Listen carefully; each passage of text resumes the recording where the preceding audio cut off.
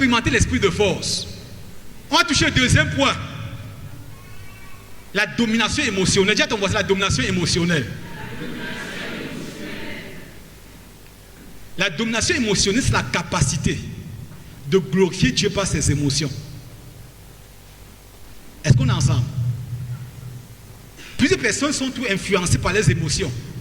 Leur vie ne dépend plus de Jésus, le Seigneur de leur vie, mais de ce que les situations, les circonstances leur présentent. C'est la capacité de demeurer, d'avoir la pensée de Christ, de continuer à manifester le caractère de Jésus, l'amour de Jésus, devant toutes les circonstances et situations difficiles de la vie. Les gens vont tout énerver dans la vie. Mais si ta vie dépend de ce que les gens font de toi, tu n'as pas encore la domination émotionnelle. Si quand on t'énerve, tu ne dors plus, ça montre que tu n'as pas encore la domination émotionnelle. Quand un problème arrache ta paix, arrache ta joie, arrache ton bonheur, arrache ton épanouissement, ça montre que ce problème est le Seigneur de ta vie, c'est plus Jésus qui est Seigneur. La domination émotionnelle, c'est la capacité de demeurer dans le caractère de Jésus, devant les difficultés, les situations et circonstances adverses. Est-ce qu'on est ensemble? Comme disait 1 Corinthiens chapitre 13, quand on dit l'amour fait ceci, l'amour fait ceci, en fait 1 Corinthiens 13, c'est la manifestation de la domination émotionnelle. On dit l'amour pardonne tout. Qui peut pardonner quelqu'un qui t'a énervé? Tu as la tête des gens qui t'énervent, te critiquent, t'insultent, mais tu demeures toi-même, souriant, aimant. C'est la domination émotionnelle. Donc rien ne change tes émotions.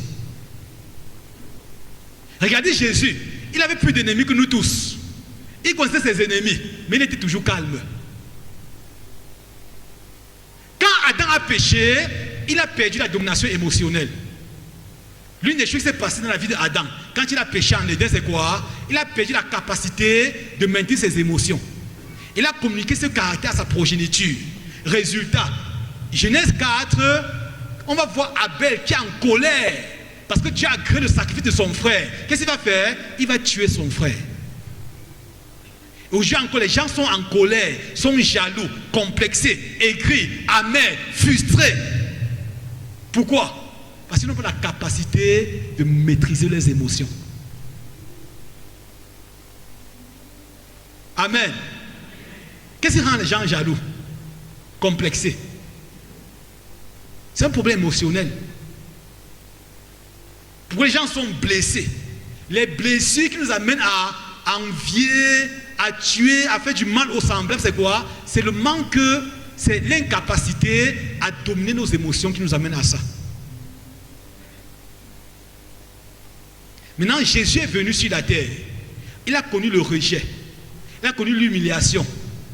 Il a connu... Qu'est-ce qu'il a connu? Toute forme de critique, de rejet, d'humiliation, tout ce qui est mauvais pour t'amener à faire comment? Avoir la capacité de dominer tes émotions. Dieu est venu guérir les problèmes émotionnels. C'est pour qu'il a accepté le rejet. Pour toi qui es rejeté, tu sois capable d'être au-dessus du rejet. Il a accepté l'humiliation. Pour que toi qui es humilié, tu sois au-dessus de l'humiliation. Il a accepté quoi encore? Je ne dis pas du rejet. La trahison. Donc toutes les blessures émotionnelles, pas de 5 sous de blessures émotionnelles, Jésus a accepté toutes ces choses pour donner la capacité d'avoir la domination émotionnelle. C'est pourquoi à Philippiens chapitre 2 verset 5, on va dire ayez les pensées qui étaient en Jésus.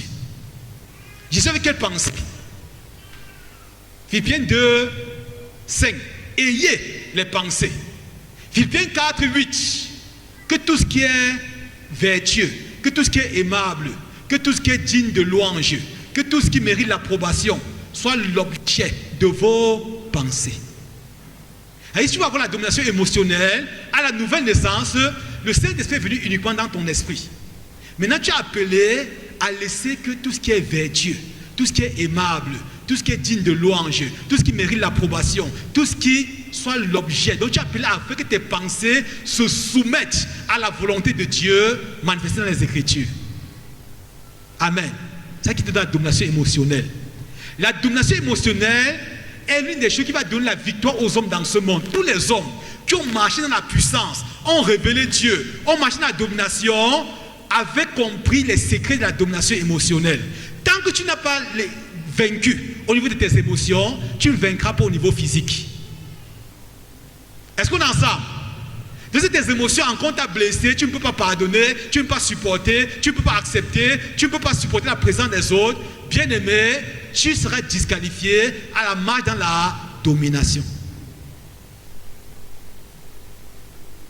Tous les hommes qui ont porté le feu, qui ont porté la puissance, ont révélé Dieu aux générations, étaient des personnes qui avaient compris, qui avaient la domination émotionnelle.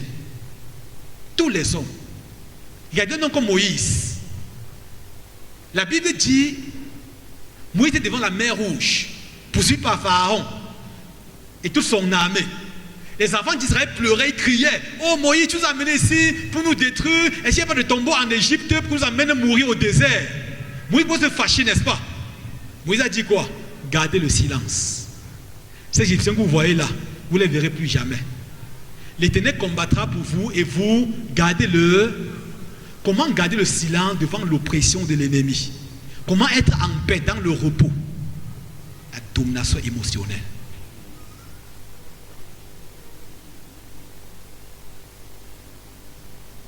Est-ce qu'on est ensemble? Est-ce que tu as souvent la paix quand les gens te poursuivent, te critiquent, t'oppressent? Moïse est resté dans le repos. De la domination émotionnelle, c'est la capacité d'avoir le repos intérieur devant toutes les circonstances extérieures. Rien de l'extérieur n'influence ton repos intérieur. Il y a des tempêtes, des vents, mais à l'intérieur, tu es calme. Un homme comme David était poursuivi par Saül toute sa vie. Saül le cherchait partout pour le tuer. Partout on le pourchassait. Mais il a pu dire dans le Psaume 34, verset 2, je bénirai l'Éternel en tout temps. Sa louange sera toujours dans ma bouche. Domination émotionnelle. Comment tu continues à bénir l'Éternel quand tu as le sentiment que l'Éternel t'a abandonné et que ton ennemi veut te tuer? Son ennemi, Saül était là, il voulait le tuer, n'est-ce pas? Mais il continue à dire, je bénirai l'Éternel en tout temps. Il faut la domination émotionnelle pour continuer à célébrer, à bénir Dieu quand tout va mal. Est-ce qu'on est ensemble? Le tout va mal. Les gens te critiquent, on dit n'importe quoi à ton sujet. Mais tu continues à bénir Dieu, à célébrer le Seigneur. On appelle ça la domination émotionnelle. La Bible dit que Paul et Silas étaient en prison. On les avait arrêtés injustement. On les a jetés en prison. Au lieu d'être aigris, au lieu d'être amers, de commencer à critiquer Dieu. Avec Seigneur, pourquoi tu nous fais ça? Seigneur, pourquoi tu laisses qu'on nous mette en prison injustement? Au lieu de maudire ceux qui les avaient mis en prison, on dit vers le milieu de la nuit, Paul et Silas chantaient des louanges à Dieu. Dis à ton voisin une domination émotionnelle. Ils chantaient. Les gens t'ont mis en prison injustement. Tu ne sais pas combien de temps tu vas faire en prison, tu as les chaînes. Mais même dans les chaînes, tu continues à dire Dieu est bon, il m'a fait du bien. Tu commences à le célébrer, tu le célèbres, même quand tout va mal. C'est toi le premier, je dis, oh j'ai l'insomnie, vraiment on me veut du mal ici. On ne m'aime pas. Ils n'ont pas dit ça. Ils ont dit Dieu est bon. On appelle ça la domination. Et tout ce qui t'arrache le sommeil, tout ce qui arrache ta joie, tout ce qui arrache ta paix, tout ce qui arrache ton épanouissement intérieur, montre simplement que tu n'as pas encore reçu la domination émotionnelle. Parfois, Dieu permet des problèmes, des difficultés dans ta vie parce qu'il veut t'enseigner la domination émotionnelle. Dieu permet parfois qu'on te critique, qu'on te calomnie, qu'on t'insulte, qu'on te trahisse, simplement parce qu'il veut t'amener à monter dans une vie de domination totale. Donc tous ceux qui te trahissent, parfois ils te font du bien. Tous ceux qui sont en train de te faire du mal, de jeter des pots de banane sur ton chemin, certains sont en train de te faire du bien. Dieu se sert de ces choses pour bâtir ton caractère, pour t'enseigner à marcher dans la domination. Tu veux vivre une vie sans ennemis, tu es disqualifié pour la domination. La domination, moi je cherche les problèmes. Amen. Jésus, le Fils de Dieu sur la terre, a connu des problèmes plus que toi et moi. Partout, on l'accusait injustement. On disait n'importe quoi à son sujet. Est-ce que vous avez vu Jésus être troublé un jour? Jésus vient dans le repos constant.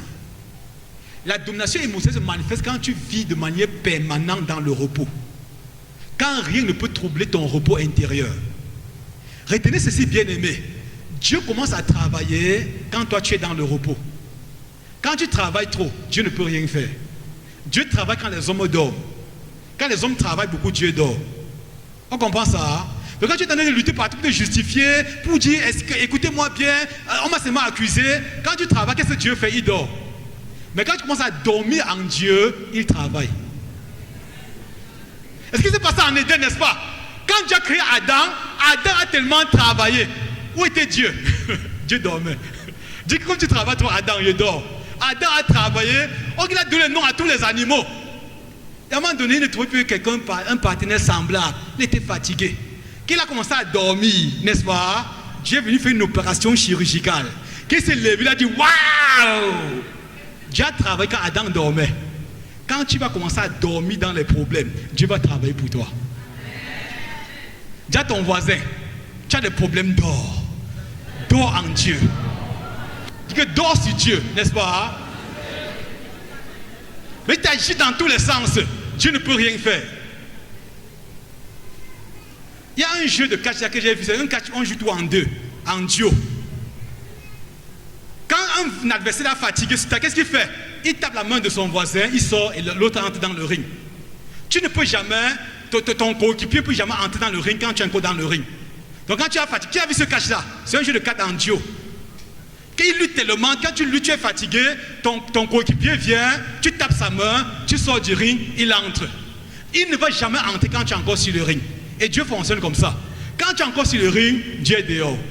Mais quand tu sors du ring, tu tapes la main de Dieu, tu sors du ring, il entre. Et quand il entre,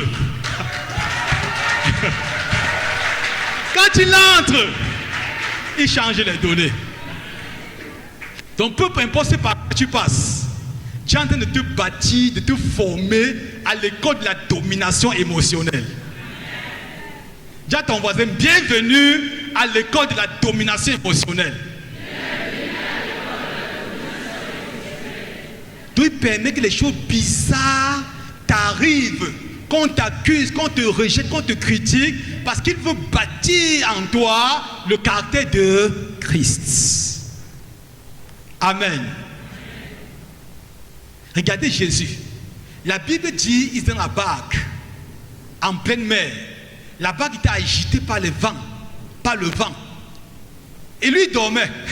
Ok, l'eau entrait dans la barque, il y avait le tonnerre, il y avait des vagues bizarres qui se jetaient dans la barque. Qu'est-ce qu'il faisait? Il dormait. Et j'ai tout demandé, mais comment Jésus pouvait trouver le sommeil dans un tel contexte? Les disciples criaient dans tous les sens. Les 12 disciples, waouh, nous allons périr, on va mourir. Oh, maître. On dit, le gars dormait jusqu'à ronfler. Et j'ai demandé, mais comment est-ce que Jésus pouvait dormir dans un tel état? Dis à ton voisin, repos intérieur. C'est le repos intérieur de Jésus qui pouvait faire que même dans les problèmes, il continue à dormir. Et la domination émotionnelle lui a donné la capacité de dominer à l'extérieur. Tant que tu ne domines pas à l'intérieur, tu ne domineras pas à l'extérieur. C'est parce qu'il avait le repos. Regarde les gars qui étaient agités autour de lui. Ils criaient, ouais, au nom de Jésus, tempête, arrête-toi. Comme ils avaient tellement peur, rien ne pouvait se produire. Maintenant, Jésus qui avait le repos à l'intérieur, quand il s'est levé, il a dit un seul mot. Boum! En hébreu, silence, tais-toi. On dit que la mer, les vagues, tout s'est stabilisé. Le succès de Jésus était lié à son succès intérieur. Il n'y a pas de succès extérieur sans succès intérieur. Tu peux faire le show dehors, mais c'est à l'intérieur. Il n'y a pas de changement, rien ne se produira. Moi, ceux qui veulent chasser les démons, ils commencent à dire, au nom de Jésus, au nom de... Quand les démons les regardent, ils veulent leur donner une gifle, n'est-ce pas?